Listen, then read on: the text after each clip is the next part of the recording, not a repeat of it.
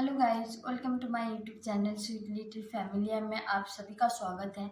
आज मैं बहुत ही इम्पोर्टेंट टॉपिक पे आप लोगों को जानकारी दूंगी। आप टाइटल से पता चल जाएगा कि जो fraud loan 7 day fraud loans दे रहे उसके ऊपर है। बहुत लोगों ने लिया है और ये दलदल में फंस गए। उनमें से मेरे हस्बैंड भी एक रहे हैं और हम ये 2 महीने जो झेला है, मैं आपको उसी की एक्सपीरियंस है बेसिस पे ये वीडियो बना रही हूँ, क्योंकि मुझे लगा कि मुझे बनाना चाहिए। मेरे तरह और भी इनके झांसे में आए होंगे और वो भी डर के मारे पैसे दे रहे होंगे, तो इसलिए मैं ये वीडियो बनाना बहुत ज़रूरी लगा, इसलिए मैं बना रही हूँ। तो सबसे पहला, जिन्होंने ये सेव मनी या और भी ऐसे 7 डेज लोन का जो होता है, मैं आपको यहाँ पे स्क्रीनशॉट में दे दूँगी। जो भी लोन का है उसके थ्रू अगर कोई लोन लेना चाह रहे हैं, क्योंकि लोन ऐसे ही लेते हैं लोग जब बहुत ज़रूरी होता है। बहुत ज़रूरी, क्योंकि आप तभी ये लेते हो कि आप देखते भी नहीं, क्योंकि आपको तब पैसे की ज़रूरत पड़ती है, आप ले लेते हो और फंस जाते हो। तो प्लीज़ 7 दिन वाला कोई भी लोन आप मत लीजिए, कोई भी ऐप से। ये फ्रॉड लोन से एक बार आप ले लेते हो तो उसके बाद आप फंसते ही जाते हो। और जिन्होंने ले लिया उनके लिए आप इससे कैसे बच सकते हो। जिनको धमकी भरे कॉल्स आते हैं और वो धमकाते हैं ऐसे कि आपके कॉन्टैक्ट्स में मैं ऐसे फ़ोटो भेजूंगी, आपके गंदे गंदे फ़ोटो मॉप करके आपको भेजते हैं, डराते हैं कि आप पैसे दो नहीं तो मैं ये वायरल कर दूंगा, और डर के मारे लोग पैसे दे देते हैं। तो सबसे पहला ये मेरे हस्बैंड के साथ हुआ है, और मेरे हस्बैंड भी डर चुके थे, क्योंकि हमको भी पता नहीं था कि हमारे घर में मौत हो गया था मेरी ननद का एक्सीडेंट में। तो मेरे बच्चे के भी तबीयत खराब था, मेरे हस्बैंड का जॉब भी चला गया था, तो हम बहुत ही फाइनेंशियल क्राइसिस में जा रहे थे, मेंटली, फाइनेंशियली, और भी जो फिजिकली भी बोल सकते हो, बीमारी मेरे घर में बहुत ज़्यादा चल रहे। तो इस वजह से हम बहुत डिप्रेशन में थे। तो मैं भी अभी इंडिपेंडेंट नहीं हूँ, मैं बाहर जाके काम भी नहीं कर सकती थी, मैं नर्स हूँ, इसीलिए इस एक लौता जरिया था मेरा हस्बैंड कमाने का मेरे घर में फाइनेंशियली। तो वो मतलब उनकी जॉब कुछ कारणों की वजह से चले गए। मेरा बच्चा भी बहुत ज़्यादा बीमार हो गया, उस दिन कफ हो गया था उनको, तो मुझे हर 2-3 दिन में दिखाना पड़ रहा था। पहले तो पता ही नहीं चला था उसको हुआ क्या। तो उस प्रेशर में मेरे पति ने लिया नहीं था, क्योंकि मेरी ननद की डेथ हो गई थी, तो वहाँ पे वो बैठे थे, मेंटली बहुत डिस्टर्ब थे। तो उनका एक लोन चल रहा था ऑफिशियली, जो कंज्यूमर लोन था 60-70 हज़ार के करीब। तो उनके मंथली किस्त जाते थे, और एक मोबाइल लिया था तो उनका किस्त जाते थे। तो उनको उस टाइम पे उन्होंने ईएमआई पे नहीं किया, क्योंकि हमारे घर में मौत हो गया था, तो उनको होश ही नहीं था कि क्या। तो उनके व्हाट्सएप पे एक मैसेज आया कि आप पेमेंट करो, पे नहीं तो मैं आपके एक मॉफ्ट किया हुआ फोटो मेरे हस्बैंड के व्हाट्सएप में आते हैं, और उनको डराते हैं कि भाई आप पैसा पेमेंट करो नहीं तो मैं ये आपके कांटेक्ट में भेजूंगा, ये वगैरह वगैरह। तो वो बोलने के बाद उन्होंने पूछा कि आप प्रूफ क्या है कि मैंने ये लोन लिया, मेरा ये कोई 3-4 हज़ार का लोन नहीं चल रहा। तो बोलने के बाद उन्होंने एक ऐप लिंक भेजा, बोला इससे आप जानकारी ले लो और आप इसमें ही पेमेंट कर सकते हो, आप ऐप में ही पेमेंट करना। तो उनकी गलती ये थी कि उन्होंने वो ऐप डाउनलोड किया, और डाउनलोड करने के बाद उन्होंने बिना पढ़े सारे चीज़ एग्री करते गए। एग्री करने के बाद वो जो गैलरी का फ़ोन कॉल कॉन्टैक्ट जो भी था उनको एक्सेस मिल गया था, और एक्सेस मिलने के बाद उन्होंने देखा कि उनको तभी भी पता नहीं था कि एक्सेस उनको मिल गया है। तो उन्होंने देखा कि इसमें लोन चल रहा है 3 हज़ार का, 1807 डेज का कुछ है। तो उस टाइम पे मेंटली डिस्टर्ब थे, उन्होंने उनसे बहस नहीं किया, उन्होंने उसका पेमेंट कर दिया कि कोई बात नहीं, चलो कर दिया। पर वो बार बार उनको व्हाट्सएप में अलग अलग नंबर से फ़ोन करते गए कि भाई पेमेंट नहीं हुआ, आपका ये हो गया। अब मेरे को आहिस्ता उनको एक बार पेमेंट बनने के बाद वो हिम्मत उनकी बढ़ती गई, वो डराते गए उनको और उनसे पैसे लूटते गए। और मेरे हस्बैंड ने किसी को बिना बताए उनको पैसे देते गए, क्योंकि सबको अपनी इज्जत प्यारी होती है। उस टाइम पे जो सिचुएशन पे होता है, हम बाहर से बोल सकते हैं कि भाई ये कर सकते थे, वो कर सकते, नहीं बोला। पर उस टाइम पे जो होता है वही समझ सकता है कि क्या करना है। तब माइंड में कुछ नहीं होता, क्योंकि फोटोज बहुत कुछ कर सकते हैं, बाद में पता जरूर चलता है कि ये गलत है। वो उस टाइम पे इज्जत बहुत लोगों को होता है, तो उन्होंने इस डर से उनको पैसे देते गए। लास्ट में जब उनके पास पैसे खत्म हो गए तो उन्होंने किसी से उधार लेके और भी वो बार बार पेमेंट करते गए और अलग अलग ऐप से वो पेमेंट कराते गए। तो ये जो 7 डेज के जाल में वो फंसते ही चले गए। लास्ट में मेरा हस्बैंड सुसाइड करने जा रहे थे, तो भगवान की कृपा से मुझे पता चल गया, मैंने देख लिया, क्योंकि उन्होंने मेरे कांटेक्ट में को जब वो पेमेंट पैसा नहीं था, वो दे नहीं पा रहे थे, तो उन्होंने फर्स्ट कांटेक्ट जो उनका माई लव करके सेव था कांटेक्ट में, उनको भेजा जो कि मेरा नंबर था। मेरे पास आते ही मैंने उनसे पूछा कि ये क्या हो रहा है, क्या नहीं हुआ। तो वो पैसे मांग रहे थे मुझसे, मैं नहीं दिया। मैंने कहा बताओ क्या हुआ, तो उन्होंने बताया। और उसके बाद जो हमने झेला, सबसे बड़ी बात, बहुत ही ज़्यादा उसका खराब एक्सपीरियंस था। सबसे पहले आप जिनके साथ भी ये हुआ, आप डरिए मत। सबसे पहले आप अपने घर में, अगर आपने ले लिया, आपके घर में जाके बोलिए कि भाई मेरे साथ ये फ्रॉड हुआ है। इनको रोकने की आपकी मतलब रोक पुलिस वाले भी नहीं रोक सकते। इनको सिर्फ एक ही काम से इसको रोक सकते हैं, वो है इग्नोर कीजिए। सबसे पहले आप एफआईआर कीजिए। 1930 नंबर है जो हमारे इंडिया के cyber crime toll free complaint register number है। आप वहाँ जाइए, वहाँ अपने आपके साथ जो भी हुआ है आप उनको बोलिए, वो आपकी कंप्लेंट तुरंत ही रजिस्टर कर देंगे। तो हमने भी पहले तो मैंने 1930 पे कंप्लेंट कराया।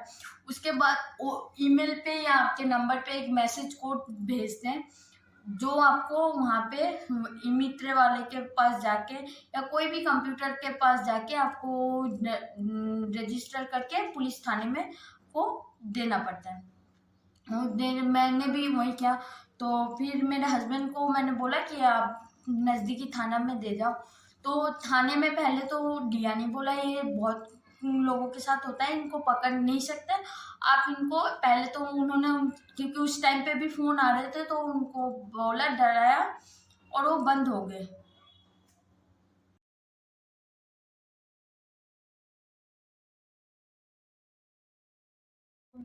सबसे पहला काम, जिन्होंने भी ये लोन के चक्कर में फंस गए, तो आप बिना डरे 1930 पे कंप्लेंट करिए पहले।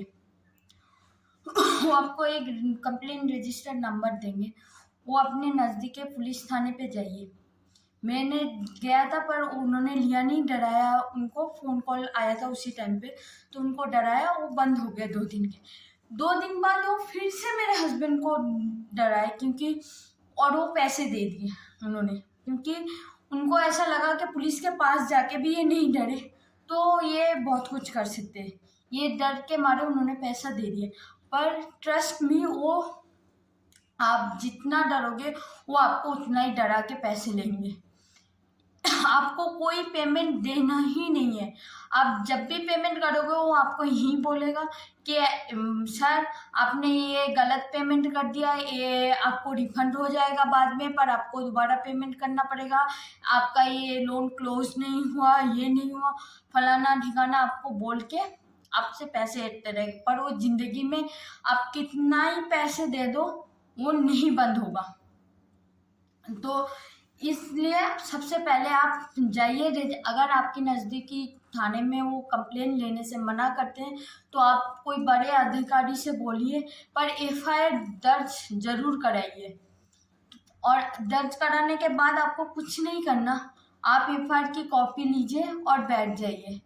बैठ जाने का जितना आपके पास फ़ोन आएगा आप उनको कोई जवाब मत दीजिए, जहाँ तक आपके रिश्तेदारों की, क्योंकि जो कांटेक्ट उनके पास नंबर आपके गए हैं, फोटो डाटा वो आपके एक्सेस करते हैं, वो बंद उनसे वापस नहीं ला सकते। पुलिस भी यही कहती है कि आप उनको वापस नहीं ला सकते। वो तो फ़ोन करेंगे, आपके जो भी नंबर उनके पास है उनको डराएंगे धमकाएंगे, तो इसके बाद वो और कुछ नहीं कर सकते।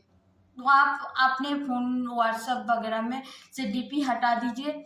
सारे कॉन्टैक्ट के पास जितना आप बोल सकते हो उनको बोल दीजिए फ़ोन करके कि मेरा फ़ोन हैक हो गया, ऐसी ऐसी बात है, प्लीज़ इन पे ट्रस्ट मत कीजिए। अगर कुछ दिनों तक वो आपके कॉन्टैक्ट में जो भी नज़दीकी जैसे चाचा मामा जैसे आप सेव करते हो उनके पास ज़्यादातर कॉल जाते हैं, तो जिनसे आपकी कॉन्टिन्यूसली फ्रिक्वेंसी बात होती है उनके पास वो ज़्यादा कॉल करते हैं। तो आप जितना हो सके आप अपने कॉन्टैक्ट्स में बोलिए। नहीं तो अगर आप नहीं कर पा रहे, टेंशन में ज़्यादा है, तो व्हाट्सएप पे आप बार बार लिखते रहिए। जब तक एक फ़ोन आना बंद नहीं होता तब तक आप लिखते रहिए कि मेरा फ़ोन हैक हो गया। अगर किसी के पास गलत कुछ जाते हैं प्लीज़ उनको बिलीव मत कीजिए, ये फ्रॉड है। तो ये एक सल्यूशन है। और जो उसके बाद जो डर जाते हैं उनके परिवार के साथ क्या बीतती है वो कोई सोच भी नहीं कर सकता, क्योंकि बहुत लोग बहुत सारे ऐप से पैसे ले लेते हैं इसी चक्कर में, अपनी इज्जत बचाने के चक्कर में। उसके बाद वो कॉल आना बंद नहीं होता, उससे पहले रिश्तेदारों की बात बहुत सारे लोग बोलते हैं कि भाई कैसे हुआ, कि हमदर्दी के ज़्यादा आपको बोलते हैं कि भाई ये किया हम ये कर, पर उस सिचुएशन में जो होता है वही समझता है कि भाई कैसे, क्योंकि उस टाइम पे कोई ध्यान होता ही नहीं है उनके पास कि मैं ये लगाऊं वो लगाऊं। सडनली होता है ये सब, किसी के पास अचानक से ये न्यूड फोटो भेज के अब डराते कितना ही मॉर्फ किया हो लोगों को। सबसे पहले क्या है, ये किसी के पास कोई काम करता है मार्केटिंग का करता है, कोई और रिश्तेदार वगैरह उनके पास गया तो वो पहले क्या सोचेंगे, और सोचने से पहले वो बोलेंगे भाई ये सब को अवॉइड करने के चक्कर में वो उनको पैसे देते जाते, ये उनका सबसे मेन पॉइंट है। तो आप डरिए मत, डर के कुछ, इसको सिर्फ एक ही होता है, सबसे पहले आप अपने फ़ोन से जो भी ऐप डाउनलोड हुआ है तो उनको डिलीट कर दीजिए। अगर आपने लोन लिया तो भी डिलीट कर दीजिए। अगर हमारे जैसा आपके साथ हुआ, क्योंकि मेरे हस्बैंड ने लोन नहीं लिया था, उनके पास मेरे बच्चे के पास फ़ोन रहता है, उनके हाथ से दब गया हो या कुछ हो गया तो पता नहीं, उनको व्हाट्सएप पे लिंक आया था कि आप पेमेंट करो ये हो, तो उन्होंने उस लिंक पे क्लिक किया और उसमें दिखा रहा था ये एक ऐप जो उन्होंने डाउनलोड करके सब में एग्री करते गए, और एग्री करने पे उनको हमारी गैलरी का और जो इनके कांटेक्ट का एक्सेस मिल गया था, जिनके थ्रू इनको डरा रहे थे।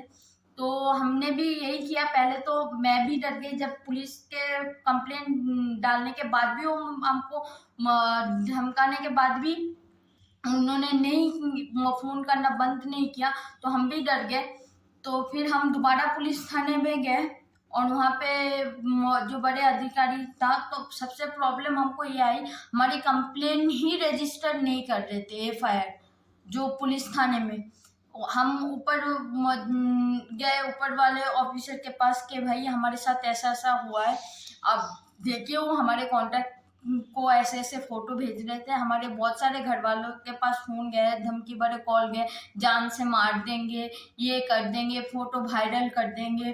तो रिश्तेदारों को फोन आने शुरू हो गए कि क्या मैटर है, कुछ लोग समझ गए, कुछ लोग नहीं समझना चाहते थे। तो वो सिचुएशन हैंडल करना बहुत, कि आप किसको क्या ही जवाब दो कि आपके साथ क्या हुआ है। आप बोलने के बाद भी एक टाइम मतलब वो पॉज आ जाता है कि भाई मैं करूँ तो करूँ क्या, क्योंकि आपके वजह से कांटेक्ट चले जाते हैं तो लोग आपको ही बोलते कि क्यों हुआ, तुम्हें इतना बुद्धि नहीं है, पढ़ाई नहीं की, या ये सब पता है। और उस सिचुएशन में जो होता है उस टाइम पे कुछ समझ में नहीं आता, क्योंकि फोटो गैलरी एक्सेस होती है तो बहुत कुछ हो सकता है, किसी की फोटोज रहती है उसको कितना ही मॉप करके कहीं भी साइड में कर दो तो सबसे पहला इज्जत ही बिगड़ती है और कुछ नहीं। पकड़े जाते हैं, कुछ भी होता है, पर वो डर जो बैठता है डर का ही इस्तेमाल होता है। तो प्लीज डरिए मत। डरना सबसे बड़ी ताकत है उन फ्रॉडस्टर के लिए। तो आप डरिए मत, बिना डरे सिंपली टेक एक ब्रीथ लीजिए, लंबी सांस लीजिए। लंबी सांस के बाद आप सारे ऐप्स को डिलीट कीजिए। 1930 पे आप कॉल करके सबसे पहला काम रजिस्टर करिए, उनको पूरी डिटेल्स बताइए। बताने के बाद आप एफआईआर लिखवाए। अगर एफआईआर नहीं लिखते जैसा हमारे साथ हुआ तो आप कंटिन्यूअसली वहाँ पे जाइए कि हमको कुछ प्रूफ दे। बहुत टाइम मैंने एफआईआर लिख के वहाँ पे दे दिया, उन्होंने वो रजिस्टर ही नहीं किया। 2 तारीख को मैंने एफआईआर उनके पास गए, लिख के दे के आए, तो उन्होंने खाते में उठाया ही नहीं, रजिस्टर ही नहीं किया। उन्होंने बोला रसीद ले जाना बाद में। 3-4 दिन वो हमको घुमाते रहे। फिर लास्ट में हमने वकील का भी सहारा लिया तो भी वो आके कुछ फायदा नहीं हुआ। फिर हम उनको बोले कि भाई प्लीज हमको एक प्रूफ दे दीजिए ताकि हम शांत बैठ सके। तो उन्होंने हमको एक एफआईआर की कॉपी नहीं, परिवाद दिया था। तो आप कोशिश करना एफआईआर की कॉपी मिले, क्योंकि एफआईआर की कॉपी बहुत मुश्किल से ही देते हैं। तो एफआईआर की कॉपी लेके आप शांत बैठ जाए कि जितने भी कॉल्स आपके जिनके पास जा रहे हैं उनको बोलिए। अगर आपके व्हाट्सएप पे वो फोन कर सकते हैं रिश्तेदार को, उनको बोल दीजिए कि हमारे साथ ऐसा ऐसा हुआ, आपके पास फोन जाए तो उनको ये बोले कि हमको नहीं जाते। और जहां तक आपके पास आप सोच रहे हो कि फोन बंद कर दूं, नंबर चेंज कर दूं, ऐसा बिल्कुल मत कीजिए। नंबर चेंज करने से आपका फोन आपके पास आना बंद हो सकता है, आपके कांटेक्ट के पास नहीं। जब तक आपका फोन बंद रहेगा वो ज्यादा आपके कांटेक्ट के लिस्ट में फोन करके उनको डराएंगे, और वो आपको बाद में कैसे ना कैसे आपके रिश्तेदार आपको कांटेक्ट करके आपको बोलेंगे कि भाई तुम्हारी वजह से हम परेशानी में हैं। तो आप अपना नंबर बंद मत कीजिए।